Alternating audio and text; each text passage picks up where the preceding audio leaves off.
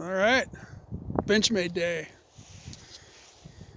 Benchmade Bailout M4 version. This is the guy with the aluminum handle, not that other plastic stuff. Not that I'm against plastic, because I sure do like this. I got this out for comparison. Brought it along.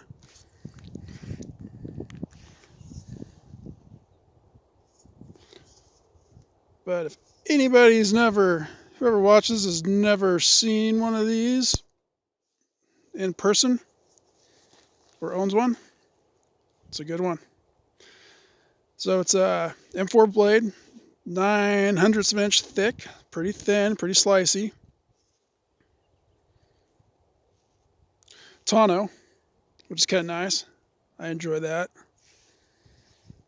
3.4 inches, give or take, on the blade length, same as the Griptilian. A lot of people should be very, very familiar with that. 2.7 ounces, and it's aluminum handle with, it's got that little liner, kind of like a Griptilian. Liner comes up to these bad boys right here.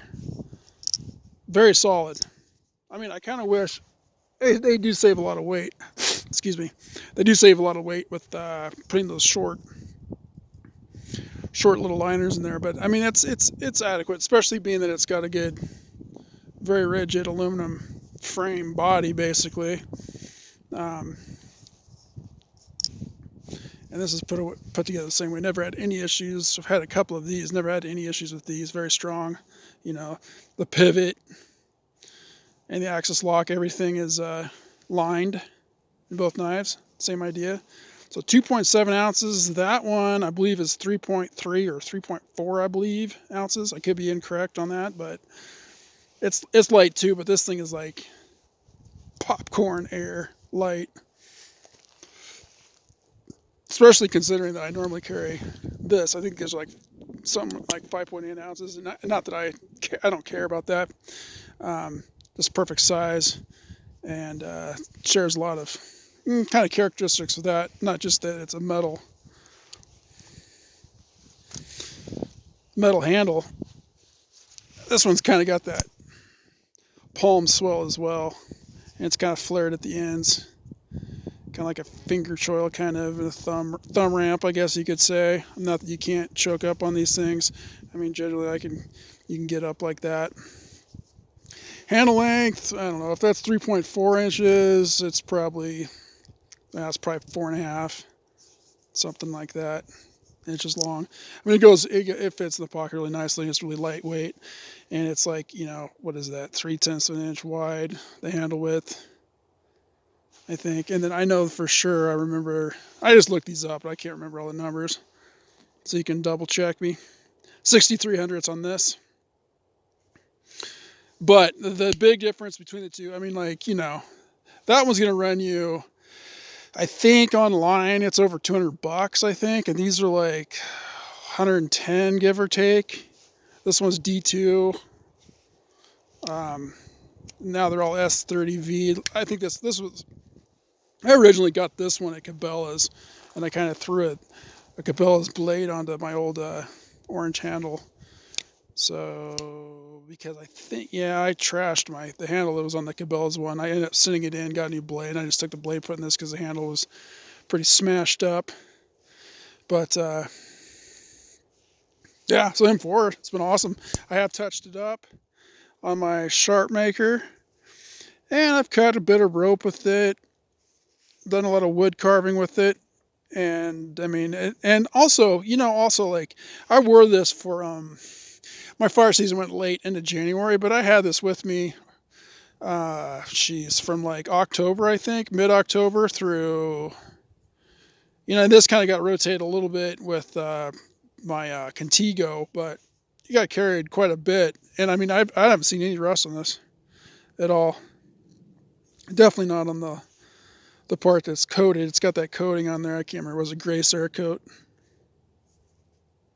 It's a lot better stuff and no complaints, but this is like vintage Benchmade BT2, I think they used to call it. Now they call it BK1, but I think this is the stuff. This is like from the early 2000s. and it's starting to wear off. This knife gets used a lot, but I don't know if it'll come out. Definitely along the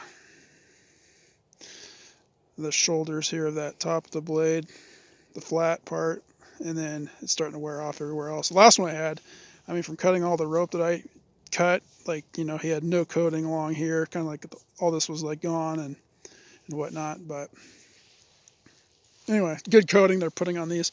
And Benchmade, of course, for 2021 has got a couple different knives I want to pick up. I just love Benchmade. You know, I mean, maybe the last couple years they haven't quite. I mean, this one I think is from 2 years ago. I could be wrong, but like last year, I don't know. They didn't really have anything I was super interested in. But now they're kind of coming out with some cool stuff. And unfortunately, they've discontinued that Contigo, which finally I kind of got on board years after not really being a true fan of it. I'm lucky I was able to pick one of those up because they're, as far as I know, they're discontinued. But you know, now they got a newer Adamas. That's a little lighter weight, I think, and a little lower profile. And that's a great knife. It'll be even better now, and it's got better steel even on it. And then, yeah, so I was just out on a training hike, and my pack weighs probably 25 pounds, but also I'm just kind of carrying this for fun. It's simply a Hatsan, just in case somebody does see me, I can tell them that I'm carrying an air rifle. It's a Hatsan 95, I think is what it is. I mean, shoot, that thing's pushing like 10 pounds, that scope and scope mount. So it's kind of a pain in the ass to pack around with no sling on it. Fun gun, though. Also, I brought this, too. So, large knife. A lot of people are familiar with that, but you can kind of do a side-by-side. Still a Recon 1. One of my favorite knives. Sorry. Pardon me. XHP. One of the old standbys. Yeah, you can't go wrong with these either. And they even have a mini Recon out now. But if you got the coin and you want a small knife, easy to carry, because if the thing in that, you know, like a lot of people figure this is like a standard size, like reptilian. I mean, this is no smaller. I mean, it's the same size. It's a little skinnier, I suppose, and it's lighter weight. But if you're looking at like a Spyderco, I mean, in my opinion, if you're looking at a Spyderco like paramilitary 2 or 3, I mean, just get one of these.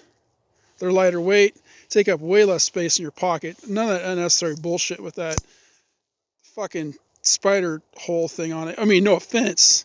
Those things can be cool, but like on a knife this size, I mean, it's unnecessary. Like the military, I think, is a badass knife. Like out of all the Spydercos that I own and the ones I see that they come out with, honestly, like the military is the way to go. It's a great hunting knife. It's a great woods knife.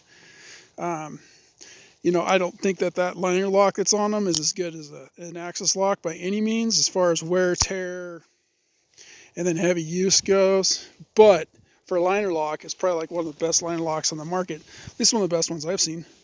Then, of course, you got like a back lock, triad lock, and that's the big thing. You throw that stop pin on a back lock, and it's money. This is like, you know, cat's meow as far as the large knife goes. To make a mini version, I don't know. It's kind of like one of those things too. It's like there's a military and there's a Recon 1. And if you want to go to a smaller knife, I'd go with anything that's an Axis. I mean, you go with a Griptilian, a mini Griptilian, one of these. They have the, what are those things called? Like, oh, the Bug Out. And those are cool too, but I kind of like, I mean, I see that. I'm not interested in the Bug Out, honestly. I just don't like the shape of the handle. And it's probably really similar to this. The probably only difference is probably it's like this thumb ramp, but that's what gives it to me. It's kind of got that, you know, badass tactical look to it, which for whatever reason I find cool.